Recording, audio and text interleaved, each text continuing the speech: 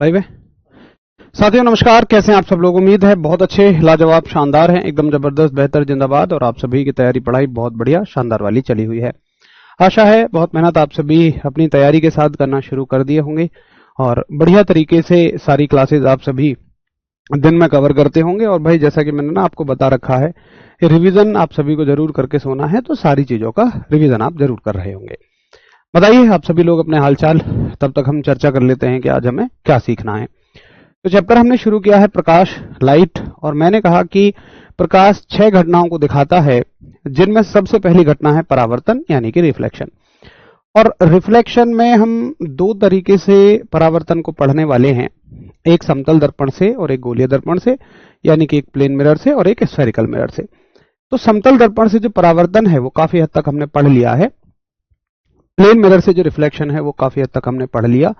हमने काफी सारी चीजों के बारे में उसमें सीखा कि आपतित किरण क्या होती है, परावर्तित किरण क्या होती है, विलंब क्या होता है, इंसिडेंट रे, नॉर्मल रे, मतलब नॉर्मल क्या होता है, और रिफ्लेक्टेड रे क्या होती है। फिर हमने नियम सीखे, तो 2 नियम हमने पढ़े उसमें उसमें हमने पढ़ा कि तीनों चीजें एक ही प्लेन में होंगी। फिर दूसरा नियम हमने पढ़ा, एंगल आई बराबर है एंगल आर के। तो ये सारी चीजों को पढ़ने के बाद में आज कुछ महत्वपूर्ण बिंदुओं पर चर्चा करेंगे और ये सीखेंगे कि आखिर जो प्लेन मिरर है, समतल दर्पण है, उससे जो इमेज बनती है, जैसे आप जब दर्पण में के सामने खड़े होते हो तो आपको अपने ही जैसा एक और नजर आता है, उसी को हम इमेज प्रतिबिंब कहते हैं। तो आखिर उसकी गुण क्या होते हैं, प्रॉपर्टीज क्या होती हैं, और इसी के साथ हम कुछ क्वेश्चंस को भी करेंगे। कोई दिक्कत? कोई दिक्कत नहीं है, शुरू करें। चलो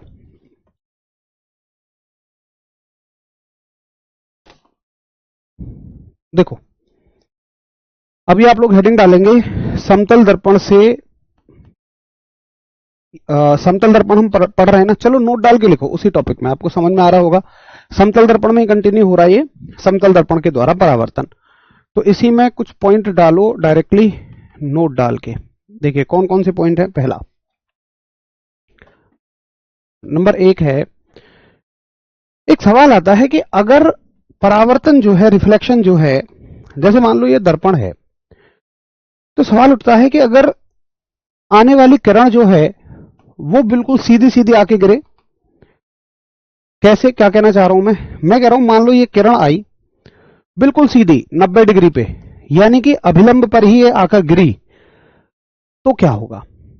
ये तो मुझे स्पष्ट है कि किरण अगर ऐसे आएगी तो जितना कोण यहां से बना रही है उतने ही कोण से चली जाएगी। लेकिन अगर बिल्कुल सीधी सीधी आके गिरे, 90 डिग्री पे आके गिरे, इसको कहते हैं हम लंबवत गिरना। तो भाई अगर कोई किरण ना लंबवत आकर गिर रही है तो ये जिस कोण से आई है ना उसी कोण से वापस चली जाएगी।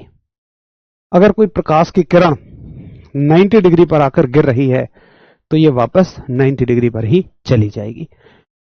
तो आप कहोगे कि यदि यदि आपतन कोण, अच्छा यदि किरण लंबवत गिरती है, ऐसे लिखो, यदि किरण लंबवत गिरती है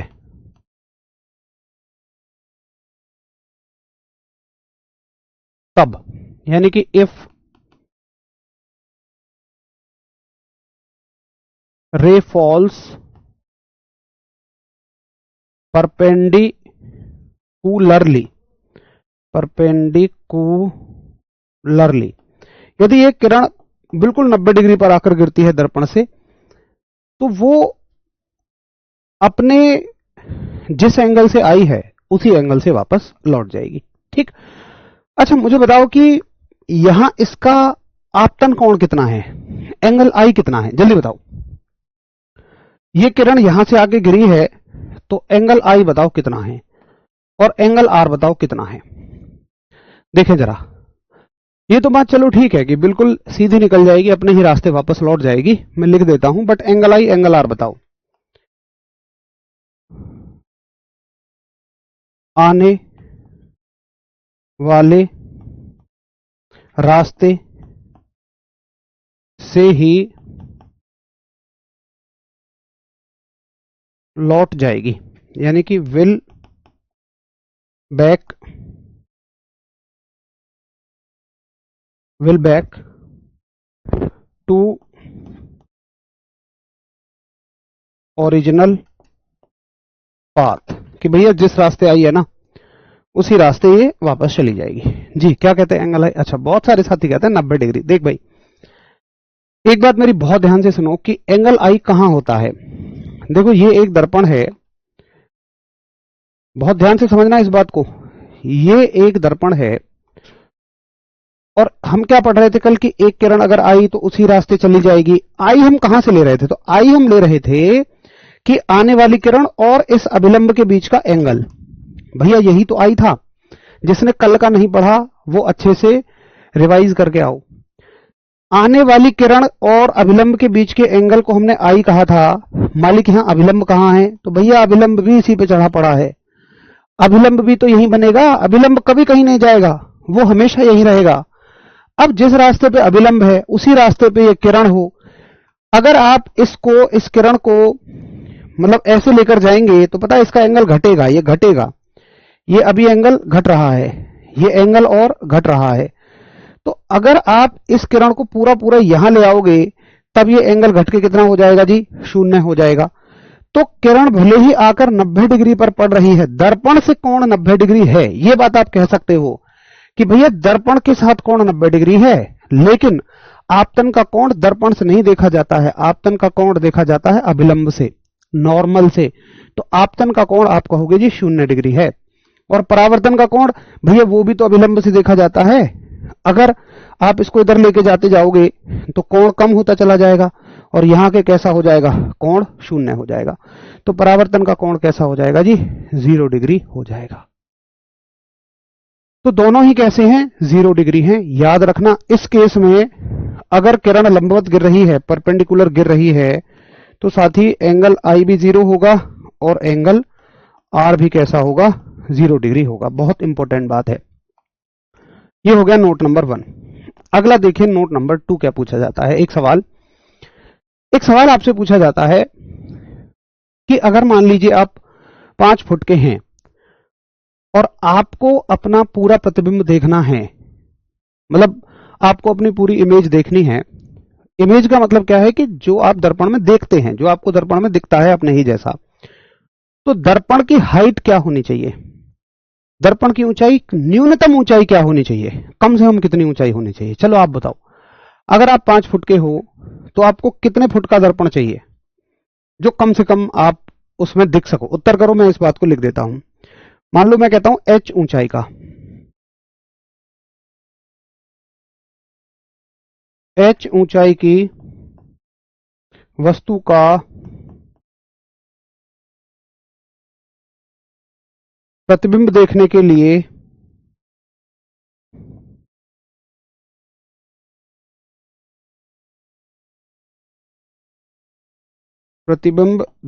लिए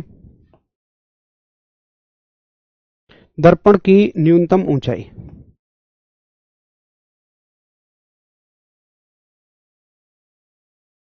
ठीक है, यानी कि मिनिमम हाइट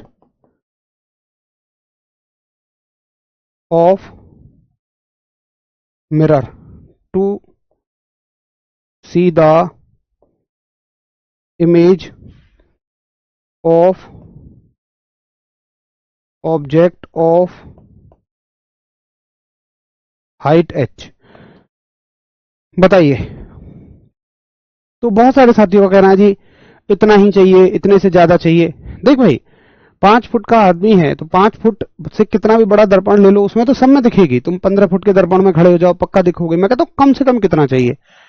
तो बहुत सारे साथियों का बढ़िया उत्तर है कि जितना बड़ा आदमी है उसका आधा ऊंचाई का कम से कम दर्पण होना चाहिए, तब पूरा दिखोगे। अगर उससे जरा सा भी दर्पण कम है तो तुम्हें पूरे प्रतिबिंब अपना नजर नहीं आएगा, है ना जी। तो आप कहोगे कि अगर h ऊंचाई की वस्तु है तो प्रतिबिंब की ऊंचाई कितनी होनी चाहिए? h/2 होनी चाहिए। ठीक है, फटाफट से नोट करिए एकदम से, फिर मैं आपको आगे लेकर चलूं। एक बार इसको नोट करिए फटाफट से, फिर मैं आपको अगला पॉइंट लिखवाऊं। जल्दी थम्स अप करो।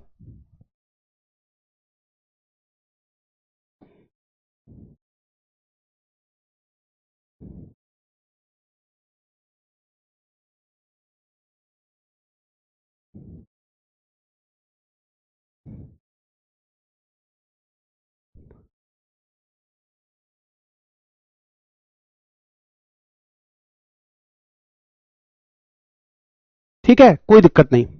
अगला देखो, तीसरा पॉइंट देखो, एक तीसरा पॉइंट आप देखिए कि नंबर 3, यदि वस्तु दर्पण से x मीटर दूरी पर है, तब प्रतिबिंब, देखिए सवाल कह रहा है कि मान लो ये एक दर्पण है, ये एक दर्पण है, ठीक है, ये मान लो एक दर्पण है, आजा भाई, और कोई आदमी इससे ना कुछ दूरी पर खड़ा हुआ है। मान लो ये एक आदमी खड़ा हुआ है इससे, यहां से मान लो ये दूरी है x, तो इसकी जो इमेज बनेगी आप बताओ वो दर्पण से कितनी दूरी पर बनेगी। तो ये तो बिल्कुल क्लियर है, आपको खुद भी समझ में आता है कि भाई जितनी दूरी पर आप दर्पण से खड़े होते हैं उतनी ही दूरी पर प्रतिबिंब बनता है, उतनी ही दूरी पर इमेज बनती है। तो आप कहोगे जी यदि वस्तु दर्पण से x मीटर की दूरी पर है तब प्रतिबिंब भी x दूरी पर ही बनेगा, तब प्रतिबिंब भी x दूरी पर ही बनेगा। If object is at x metre from mirror, image will also form x metre from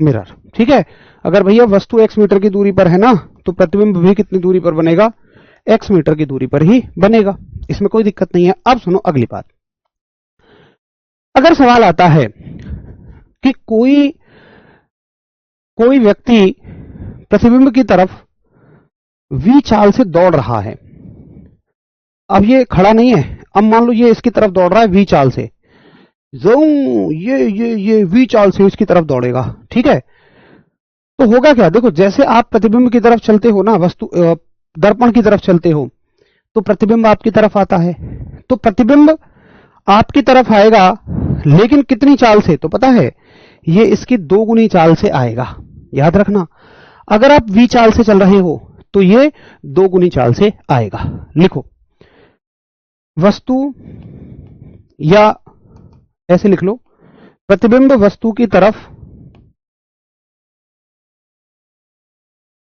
प्रतिबिंब वस्तु की तरफ 2 गुनी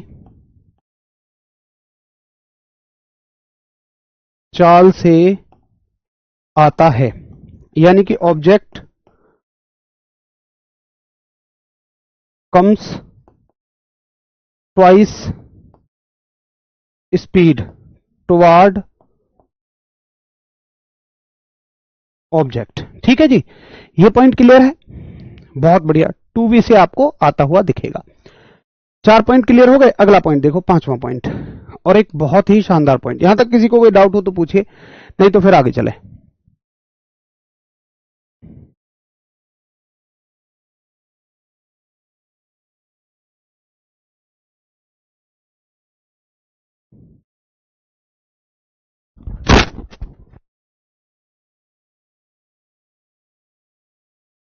अब देखो एक सवाल आता है कि भाई ये बताओ, जैसे मान लीजिए ये परावर्तन हुआ दर्पण से, ये हुआ, ये अभिलंब हो गया और वस्तु आई और किरण आई और ऐसे करके चली गई। आपसे पूछेगा एक बात बताओ, जब एक किरण टकराकर चली जाती है तो क्या चीज सेम रहती है और क्या चीज बदलती है। सुनो, कौन कौन सी चीज पूछेगा, वो कहेगा परावर्तन के पश्चात, परावर्तन के पश्चात यानी कि आफ्टर रिफ्लेक्शन, परावर्तन के पश्चात कौन सी चीज समान रहती है, समान रहती है। Remain same. कौन कौन सी चीज समान रहती है? नंबर 1 माध्यम, भाई माध्यम समान रहता है। हवा से आई है, हवा में ही जाएगी, इसी को परावर्तन कहते भी हैं, इसी को हम मीडियम, इसी को हम रिफ्लेक्शन कहते भी हैं। दूसरी चीज समान रहती है उसकी आवृत्ति। हालांकि आवृत्ति वगैरह के बारे में आप आगे समझोगे क्या होता है, बट यहां डायरेक्टली याद कर लो आवृत्ति होती है। आवृत्ति के बारे में हम आगे समझेंगे, लेकिन अभी ऑप्शन के लिए याद रख लो। तीसरी चीज कौन सी समान रहती है? तीसरी चीज है उसकी तरंग दैर्घ्य, यानी कि वेव लेंथ। और चौथी चीज वेग, यानी कि वेलोसिटी। ये चीजें सब समान रहेंगी, ठीक है। बदलेगा क्या? बदल जाएगी तीव्रता। समान रहती है ये सारी चीजें, बदलती है, यानी कि चेंजेस। कौन सी चीज बदलती है? तो भाई बदलता है उसका तीव्रता। तीव्रता का मतलब है इंटेंसिटी। इंटेंसिटी क्या होती है? देखिए इंटेंसिटी होती है बेसिकली लाइट की चमक, प्रकाश की चमक।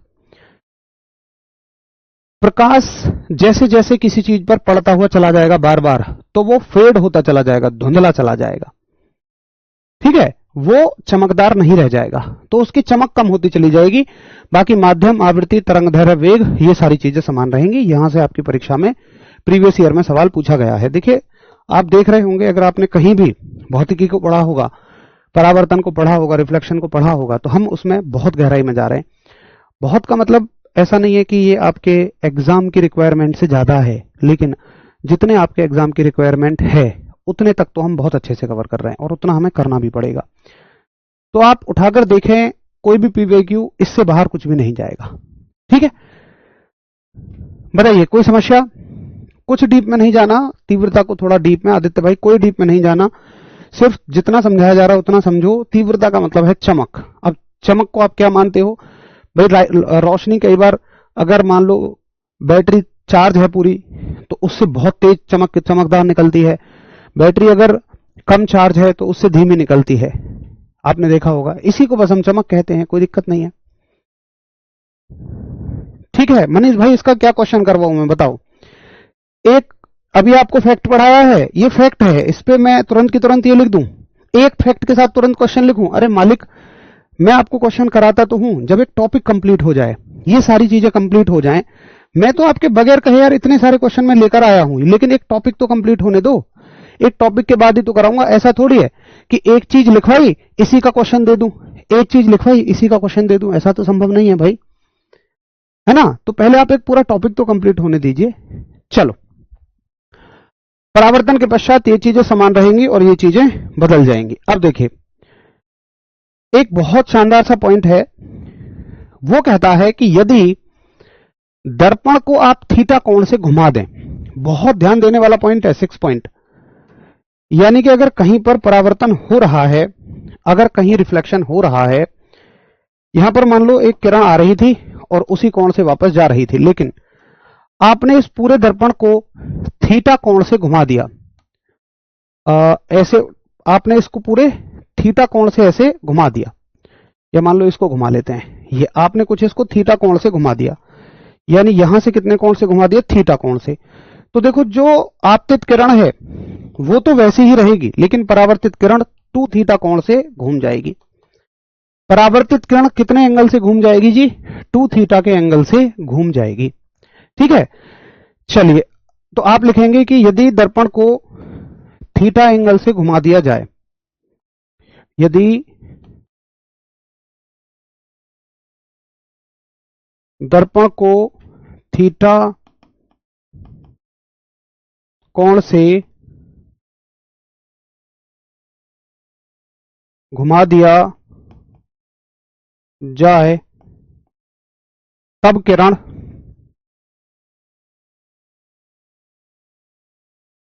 टू थीटा कोण से घूम जाएगी, है ना। On rotating the mirror at an angle theta ray will rotate by 2 theta. ठीक है, रिफ्लेक्टिंग रे लिखना। तब अच्छा यहां परावर्तित आएगा ना, यहां भी परावर्तित शब्द जोड़ लेना, परावर्तित किरण। तब रिफ्लेक्टिंग रे, परावर्तित किरण 2 थीटा कोण से घूम जाएगी। बताइए।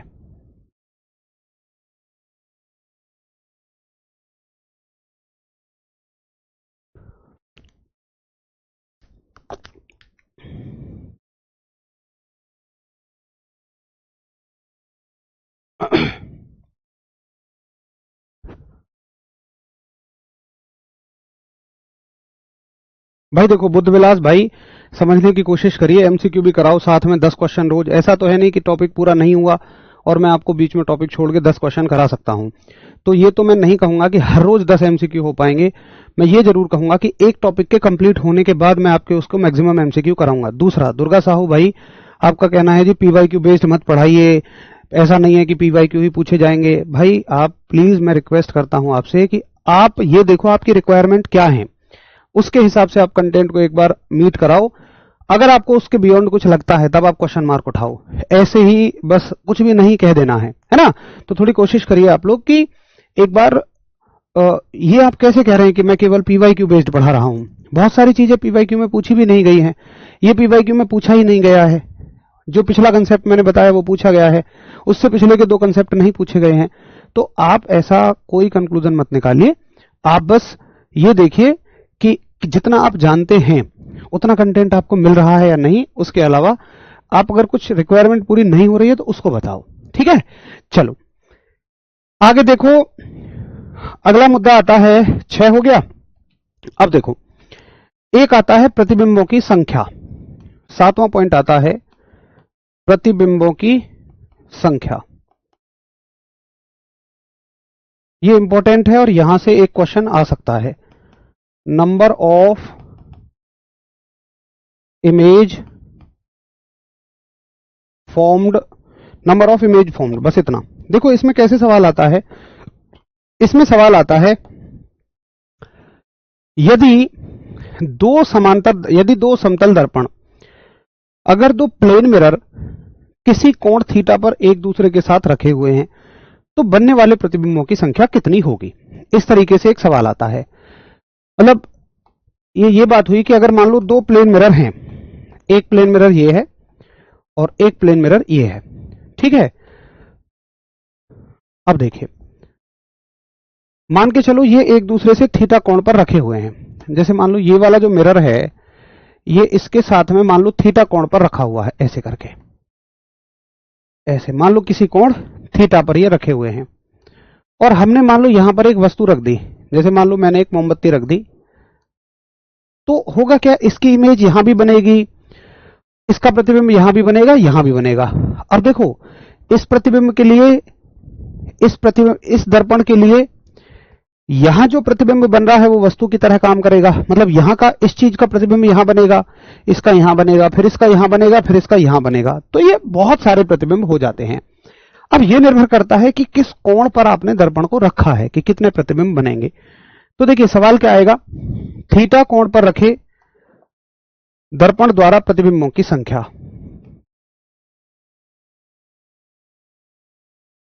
थीटा कोण पर रखे दर्पण द्वारा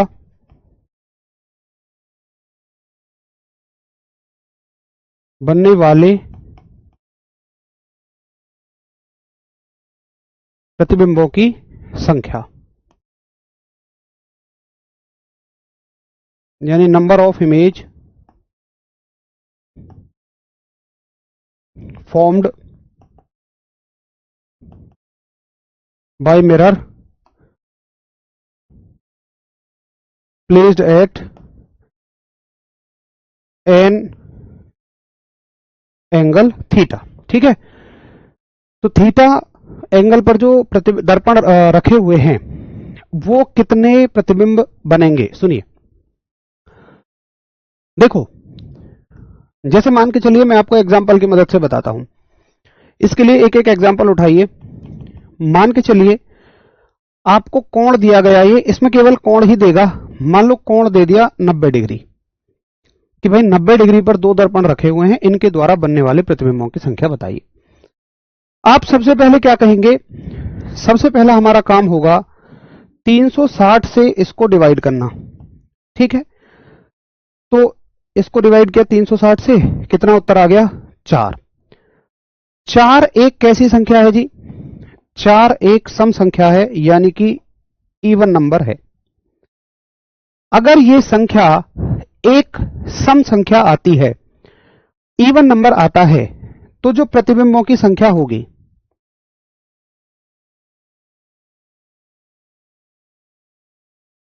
प्रतिबिंबों की संख्या यानी कि नंबर ऑफ इमेज, ये होगी इस संख्या में से आपको एक घटा देना है, और 4 में से एक गया तो कितने हो गए? 3। तो प्रतिबिंबों की संख्या कितनी हो गई जी? 3 हो गई। ये बात क्लियर है? तो आपको याद रखना है, पहला नियम है, पहला नियम, इसको हम कहेंगे n। ठीक है, इसको हम कहेंगे n। जो 360 से कोण को डिवाइड करने के बाद संख्या आएगी, उसको हम कहेंगे n। और हम कहेंगे कि देख भाई, अगर n जो है ये एक इवन संख्या है, ये एक सम संख्या है, तो जो प्रतिबिंबों की संख्या होगी ना, जो नंबर ऑफ इमेज होगी, आप इस n में से, ये जो n आया है, इसमें से एक माइनस कर देना। हो गया उत्तर? बताइए, क्लियर?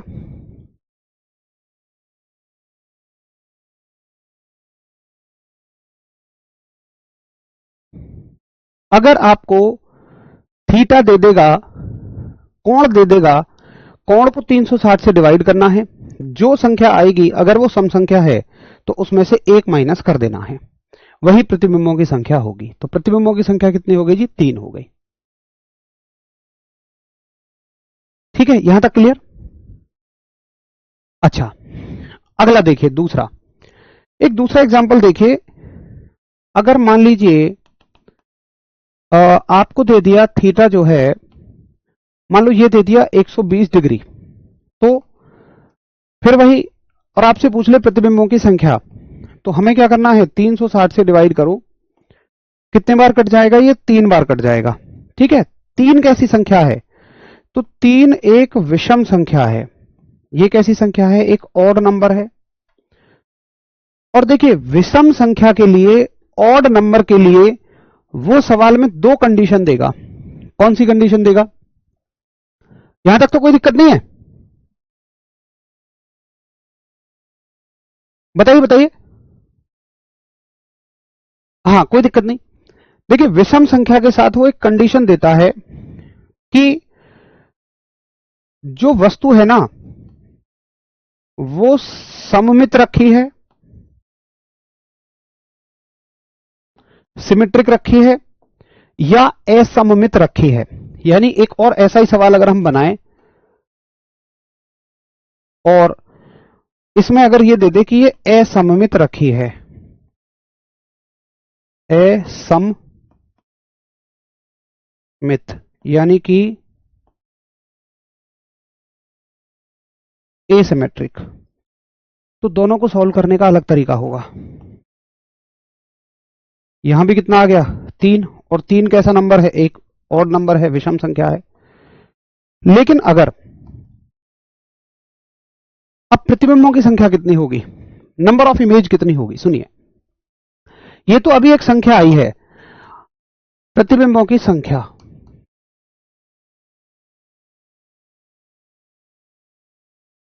नंबर ऑफ इमेज, यहां देखिए, और एक बार आप यहां देखिए। देखिए,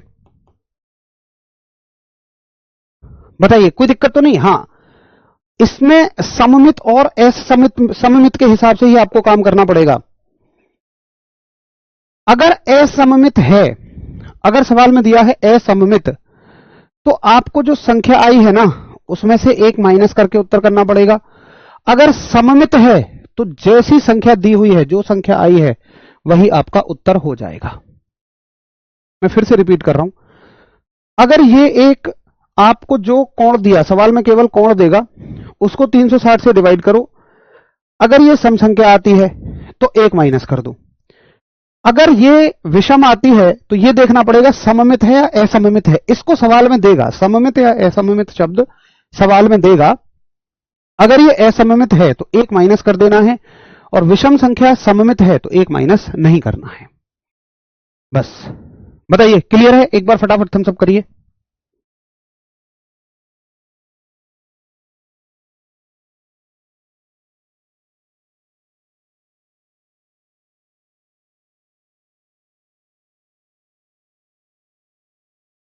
अब सुनो, मैं फिर से एक बार रिपीट करा दे रहा हूं।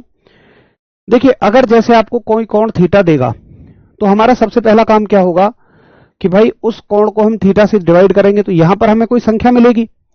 अब ये संख्या या तो एक सम संख्या होगी, इवन नंबर होगा। अगर इवन नंबर होगी तो प्रतिबिंबों की जो संख्या होगी ना, जो नंबर ऑफ इमेज होगी, वो एज इट इज इस संख्या में से एक माइनस कर देना। अगर ये एक विषम संख्या आती है, अगर ये एक ऑड नंबर आता है, तो फिर से हमें दो चीज चेक करनी पड़ेंगी, ये सममित है या असममित है, यानी कि सिमेट्रिक है या एसिमेट्रिक है। एसिमेट्रिक है तो वही उत्तर हो जाएगा, सिमेट्रिक है तो n-1 करना पड़ेगा। बस। अब देखिए, सममित या असममित क्या होता है। हालांकि इस बात से कभी कोई सवाल बनेगा नहीं कि सममित क्या होता है, असममित क्या होता है। देखिए, सममित या असममित का मतलब होता है, जैसे मान लीजिए दो दर्पण कुछ इस तरीके से रखे हुए हैं। मान लो ये हमारे पास दो दर्पण हैं, ये चलो मान लो मैं आपको ऐसे ही बता देता हूं, ये दो दर्पण हैं इस तरीके से रखे हुए हैं, ठीक है। तो वस्तु इनके बीच में बिल्कुल पैरेलल रखी हुई है या टेढ़ी मेढ़ी रखी हुई है, कुछ ऐसा करके आप मान लीजिए। सममित का मतलब है वो सीधी रखी हुई है, असममित का मतलब है वो टेढ़ी मेढ़ी रखी हुई है। हालांकि सममित असममित से कोई सवाल नहीं बनेगा कि सममित क्या होता है, असममित क्या होता है। सिर्फ पेपर में आपको सवाल में ये संख्या, ये शब्द ढूंढ लेना है, सममित या असममित। ठीक है, बताइए कोई दिक्कत? असममित में क्या कर दिया है हमने, -1 कर दिया। इसमें क्या हो गया? अच्छा सॉरी, यहां पे उल्टा लिख दिया मैंने, सॉरी, कोई बात नहीं।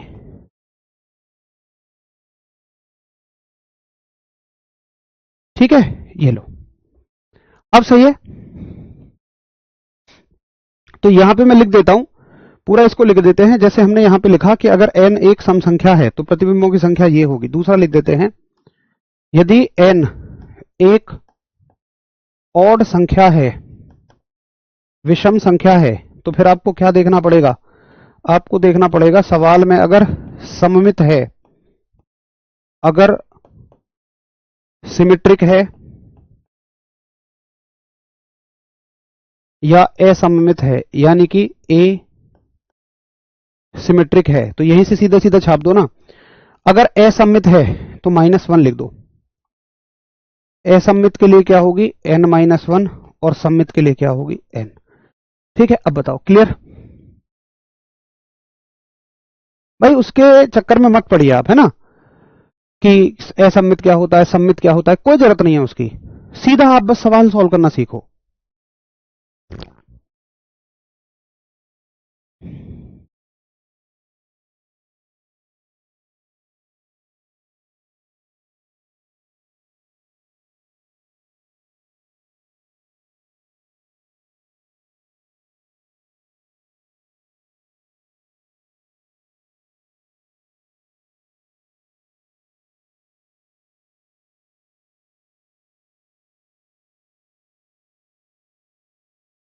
भैया आपको पहचानना नहीं है, दुर्गा भाई सुनो तो सही, मैं कह रहा हूं पहचानना नहीं है। मैंने कब कहा है कि तुम्हें पहचानना है सम्मित है या असम्मित है? भाई सवाल में देगा, सवाल में शब्द देगा आपको प्रॉपर, है ना। तो मालिक थोड़ा सा सुनो पहले बात को पूरी को। मुश्किल चीजें नहीं है, आप ना सुनने की वजह से उन्हें मुश्किल बना दे रहे हैं। सुनो तो सही, समझो तो सही मैं क्या कह रहा हूं। अगर आप खामखा की कंफ्यूज होंगे तो कितना ही होते रहिए, बाकी कंफ्यूज होने वाली चीजें हैं नहीं। बताइए, किसी का कोई डाउट हो तो पूछे, नहीं तो फिर हम लोग एक और चीज करें इसमें।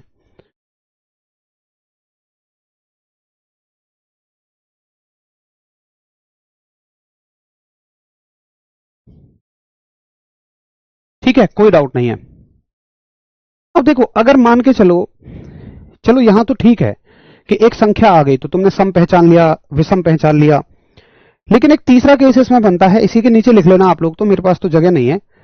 जैसे मान लो एक एग्जांपल लिखते हैं हम, कि मान लो एक एंगल दे दिया आपको कि भाई 45.5 डिग्री, ठीक। अब इसको अगर हम 360 से डिवाइड करेंगे, अच्छा चलो 45.5, मैं मतलब एक फ्रैक्शन लाना चाह रहा हूं, मतलब एक डेसिमल लाना चाह रहा हूं, करके देखें। 360 बटे 45.5, ये आएगा 7.9, ठीक है। अगर हम इसको डिवाइड करेंगे 45.5, तो ये आ गया मान लो 7.9। अब इसको क्या मानोगे भैया, सम मानोगे कि विषम? 7.9 को क्या कहोगे? तो आप कहोगे कि भाई अगर आपको ना एक डेसिमल नंबर दे दिया, दशमलव संख्या दे दी, तो जो उत्तर आ रहा है, या मान लो मैं तो कहता हूं कि मुझे कोई भी संख्या दी बट मेरा उत्तर एक दशमलव संख्या आया, तो दशमलव संख्या के ना पूर्णांक को उठा लेना, यानी कि इसके इंटीजर पार्ट को उठा लेना, इंटीजर, और यही आपका सीधा सीधा उत्तर होगा। मतलब यही सीधा सीधा उत्तर हो जाएगा, इसमें कोई सम विषम देखना ही नहीं है। सीधा आपको लिखना है तीसरा केस। अगर मान लो n एक दशमलव संख्या है, अगर n एक दशमलव संख्या है, यानी कि ये एक यदि डेसिमल नंबर है, तो प्रतिबिंबों की संख्या जो होगी, प्रतिबिंबों का नंबर जो होगा, ये आपका पूर्णांक वाला हिस्सा हो जाएगा, यानी कि इंटीजर वाला पार्ट हो जाएगा। तो यही इसका आंसर हो जाएगा 7, ठीक, सीधा सीधा। बताइए, क्लियर? तो यहां पे आपको कोई अतिरिक्त दिमाग नहीं लगाना।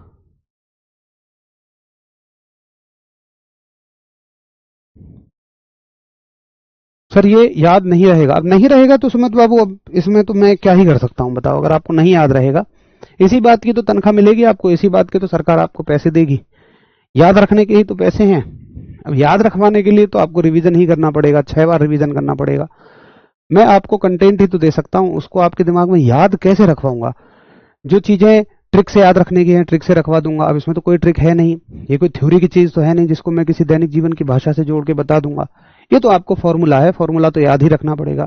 अब नहीं याद हो सकता है तो भाई देखिए आप कैसे याद रख सकते हैं। असल में सरकार जो है ना, हमें जो तनख्वाह दे रही है, देगी, सैलरी देगी, आपको चुन क्यों रही है सरकार? क्योंकि आप याद रख सकते हैं, क्योंकि आप वो कर सकते हैं जिसको करने के लिए बाकी लोग मना कर चुके हैं। इसी बात की तो तनख्वाह है।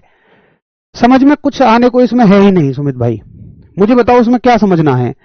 बहुत सिंपल सी बात है, इसमें समझने को है क्या? ये बच्चों वाला काम है भाई। अगर आपको कोई सवाल में कोण दिया जाएगा, आप उसे 360 से डिवाइड कर दोगे। 3 केस बन सकते हैं, या तो ये संख्या सम होगी, या तो विषम होगी, या तो ये दशमलव संख्या होगी, ठीक है। अगर सम संख्या है तो कुछ नहीं देखना, जो यहां उत्तर आए उसमें से एक घटा देना, प्रतिबिंबों की संख्या हो गई। विषम आए तो सम्मित असम्मित देख लेना, असम्मित के लिए एक घटा देना, सम्मित के लिए कुछ मत घटाना। दशमलव आए तो जो उसका पूर्णांक होगा वही उत्तर हो जाएगा। अब बताइए, ये 5वीं क्लास का बच्चा इसको समझ लेगा भाई।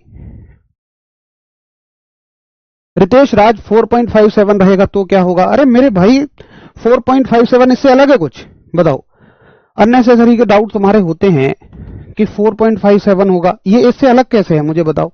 अरे डेसिमल के बाद यार जो इसका पूर्णांक क्या है, 4.57 का पूर्णांक ये है भाई, इसका 4 उठा लो, खत्म, यही उत्तर हो जाएगा। बताइए। अब कोई मुझसे पॉइंटों के पूछता जाए, 2.23 होगा, 2.89 होगा, 9.82 होगा, तो सबका मैं तो यही कहूंगा भैया दशमलव से पहले का जो उत्तर है वही उत्तर होगा। यानी जो इसका पूर्णांक होगा, 4 इसमें पूर्णांक है, इसमें 7 पूर्णांक है, इसका उत्तर 4 हो जाएगा, खत्म। लगाते जाओ, इसमें तो कितनी लंबी लड़ी लगाते चले जाओ।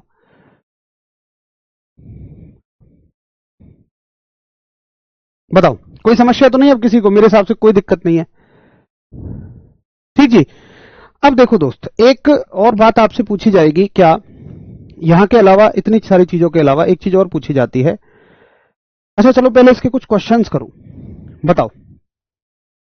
ये अभी अभी मैंने आपको कराया है। सोनाली दीदी 360 से क्यों करेंगे, इन सब चीजों के चक्कर में नहीं पड़ना है।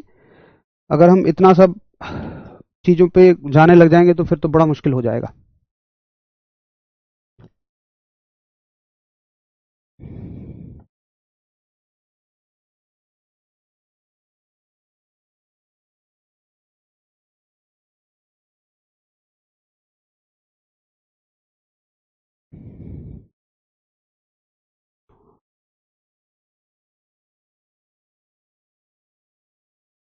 यदि कोई प्रकाश की किरण किसी समतल दर्पण पर लंबवत आपतित होती है तो परावर्तन कोण का मान कितना होता है?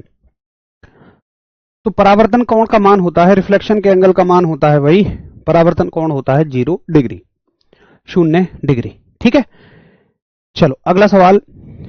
यदि एक प्रकाश किरण समतल दर्पण की सतह के साथ 30 डिग्री का कोण बनाती है तो परावर्तन कोण का मान कितना होगा? इसका उत्तर बताओ।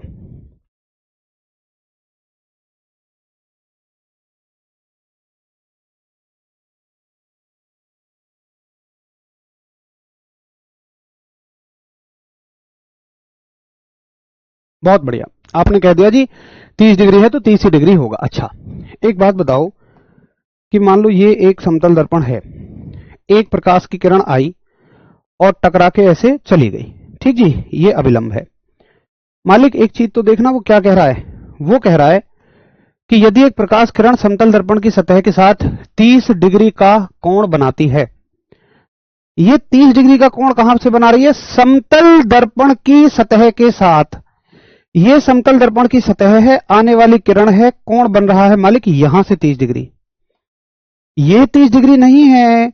अगर ये 30 डिग्री है, देखो ये पूरा 90 होता है। ये मत कहना समझ नहीं आया, सुन लो अभी समझ लो। ये 90 होता है, उसमें से 30 माइनस हो गया तो कितना बचा? 60 डिग्री। ये 60 है तो ये भी होगा 60, और उसने यही तो पूछा है परावर्तन कोण, तो भैया परावर्तन कोण होगा 60 डिग्री। तो आपको ये देखो, अगर आपतन कोण 30 डिग्री होता तो आप कहते कि परावर्तन कोण भी 30 डिग्री होगा। अगर वो कहता कि भैया आपतन कोण 30 डिग्री है तो परावर्तन कोण 30 डिग्री, लेकिन उसने आपतन कोण दिया ही नहीं है। उसने कहा जी मैं तो दर्पण की सतह के साथ कोण दूंगा। ऐसा मजा लेगा आपका एग्जामिनर। तो सवाल की लैंग्वेज को थोड़ा सा ध्यान से आप सभी को पढ़ना रहेगा। ठीक है दोस्त। अच्छा, अगला सवाल देखिए। अच्छा, इसको नहीं कर पाएंगे। ये देख लो, एक समतल दर्पण स्थिर है। यदि एक व्यक्ति दर्पण की ओर v चाल से दौड़ रहा है तो उसका प्रतिबिंब व्यक्ति के सापेक्ष किस चाल से आता हुआ दिखाई देगा?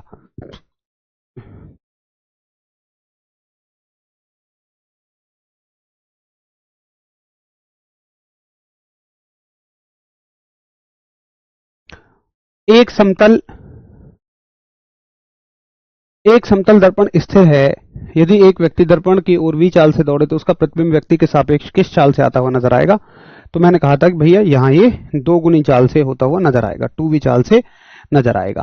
अगला, h ऊंचाई के एक व्यक्ति को समतल दर्पण में अपना पूरा प्रतिबिंब देखने के लिए दर्पण की न्यूनतम ऊंचाई कितनी होनी चाहिए? तो भैया व्यक्ति की जो ऊंचाई है वो कितनी होनी चाहिए? h/2 होनी चाहिए।